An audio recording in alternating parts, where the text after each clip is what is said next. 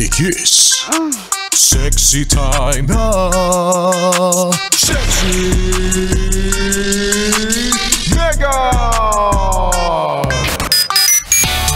Mga yes, friend.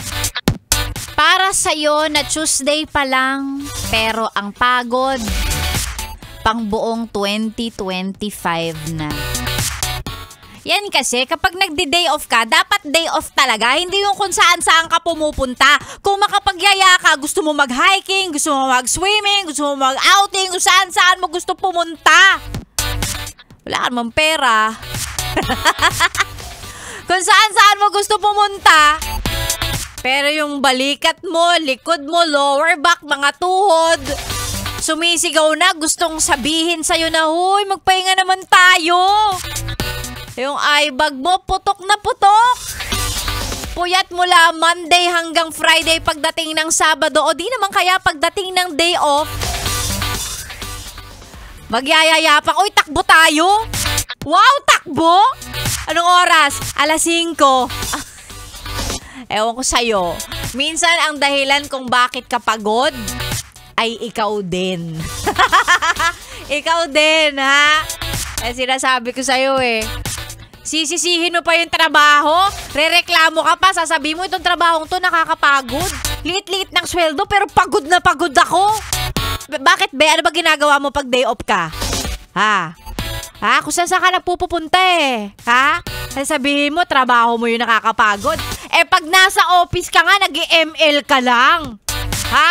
Pag nasa office ka, nakikipagchismisan ka lang naman. Pag nasa office ka, cellphone ka lang naman.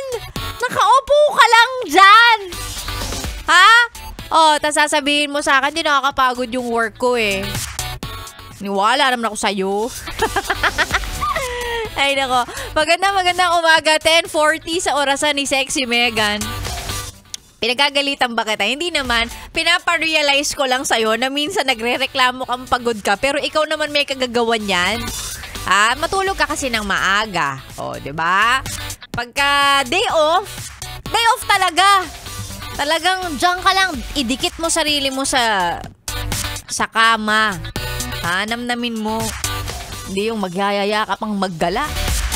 Tapos akala mo, ikaw may ambag ka, magpapalibre ka lang din naman. Tapos pagdating ng Lunes, ay naku, pagod na pagod ako. Parang kulang ako sa tulog. Ako sa'yo. Ay naku, magandang umaga. Again, si Sexy Megan pa rin po ang inyong kasama. Bago tayo magtuloy-tuloy sa mga kantang mapapasabay, mapapakanta ka, eto muna, mag-hello tayo sa mga yes pre nating always naka-tune in.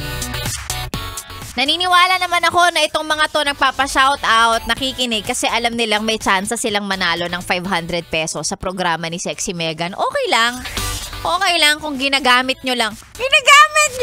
Ginagamit nyo lang ako para magkapera kayo. Okay lang. Walang problema.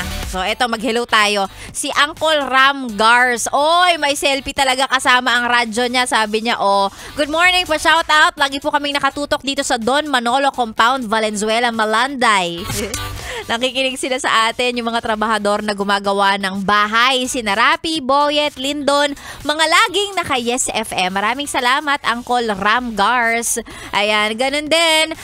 Dito kay Larry Veloso, Alfred Marcelino, Dodong Monsanto. Magandang umaga. Si Johnny Jose. Ayan, sabi niya pa shoutout naman. Balikatan Barangay Based Group. Diyan po sa may Caloocan, naka-tune in sa atin. Nasa duty, nagpapatrol, naka-Yes FM. Good morning po sa inyong lahat. Sexy Megan ang inyong kasama. Tuloy-tuloy hanggang mamaya pang tanghali. Mamaya mamimigay tayo ng 500 pesos sa pera-pera lang yan promo. Kaya dyan ka lang. This is 101.1 Yes FM.